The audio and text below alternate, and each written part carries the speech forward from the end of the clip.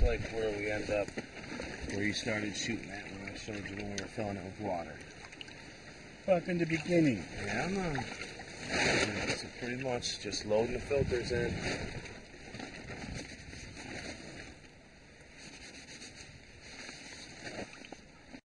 And you're going to filter right on through. Yep, I'm going to redo the same mash I did.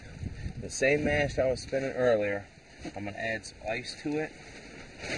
And I'm going to respin it.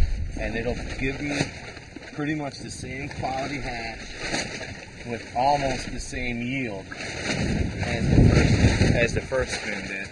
And the wind is getting rough. Yeah, I hear that. I just turned my wind eliminator on. Wind eliminator. On one channel. You're not going to be able to eliminate the wind out here, I'll tell you that much. Yeah, that's his company. Yeah. And he distributes them out of, I believe it was Vancouver, if I'm not mistaken. I could be wrong. And they're distributed out of there, but you can also get it from various head shops in the States. Yeah. Like if you can't get it, like if you don't want to go to Canada to get them or wherever, they're distributed in the United States. I got it from a place called, Mellow Yellow. Yeah. Got it from a place in Mellow Yellow called Mellow Yellow. It's in Colorado. MellowYellow.com, bro. And because at the time, Bubble Bags was not accepting the form of payment I wanted to pay, so I had to. Mellow Yellow, that would have been a great name for LSD. 2, 3, 4. Where are we at? I'll load it down. All right, then I'm just gonna take this bag with the mash and the ice that we had earlier. I'm just gonna stick it back in there, and there's still a ton of ice in there. Numbers on? You know which bag is which? Yeah, they see it tells you the micron size. 1 second. Here, right where it says Bubble Bags. Yeah. Yep, the largest number is the last bag, and the first bag would be the lowest number. Yeah, that one says 220, and the last one I believe says 25 or something like that. So there's a lot of different, the micron differs a lot from the first catch bag to the last one. And pretty much, I'm just going to start right back over to spinning. Take this, get it back down in here. Try not to, I'm trying to be gentle with this because you don't want to tear your bags or anything. So I just repack them, re-stretch them down, and then I'll go right back. I'll add some ice, even though you can see, even though it's been sitting off to the side for a good, hour, I still got quite a bit of ice here, which is good. So I'll just go right back into the next spin of it, and I'll make more. You gonna do that? Yeah, I'm gonna. That's what I do. That's what I got to do. I'm not gonna just spin it right once. now. Yeah, I gotta go right back into it. Oh, cool, man. So I'm gonna move right back into mixing it again. You can mix the same mash. The company says they don't recommend any more than 3 times. I've done it 4.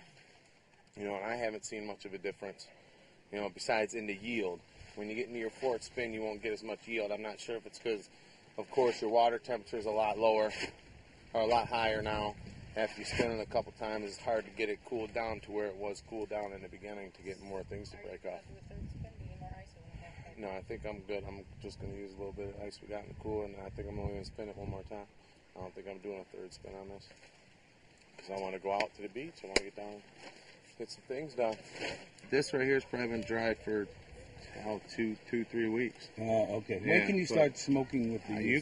They say it's stuff's like silly putty you can smoke. So I guess I could smoke it right now if we wanted. But if you were gonna, if you're just smoking it, it's one thing. But if you wanted to share it with your friends, you don't really know how much you're sharing until it's all dried out. So. Yeah, this has been drying for a while. Yeah, just what, a half hour? Yeah. I'll just put this cord. So, but they say you can smoke it. Me personally, I let it dry down to like what I got in the tent. That would be the lowest grade, and the next grade up. This is pretty much the mid grade. This is the yellow bag, the third hash bag, and you got the 4th hash bag and the 5th hash bag. So this would be your highest. This would be your highest quality. And if you look at it, you can just see how smooth of a texture it is as compared to the other ones. And where do you get these? Oh, they come with the bags. They come with, yeah. I just was flipping that over. Thought it might be able to get A little different So shot. the best one's on the bottom. Yep, this is the highest. This is the highest grade. This is the lowest grade. And like I said, this one's the biggest yield. This one gives you the most, and it's a mid-grade quality. Don't get me wrong, this is a very good quality. This is what I smoke with, you know, almost everybody down here, and everybody loves it. You know, and the different, if you use different mash, or different ganja, it gives it a different color. It gives it a different smell. It gives it a different taste. You know, so.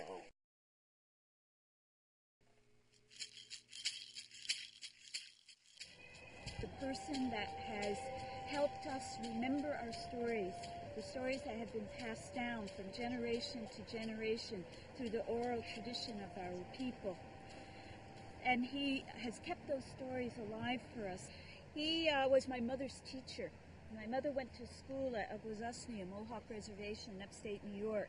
And at that time, the teachers who were teaching the young Native people were teaching them to be ashamed of who they were, and teaching them that anything Indian was not good, that anything Indian was bad. They even punished them for speaking their language.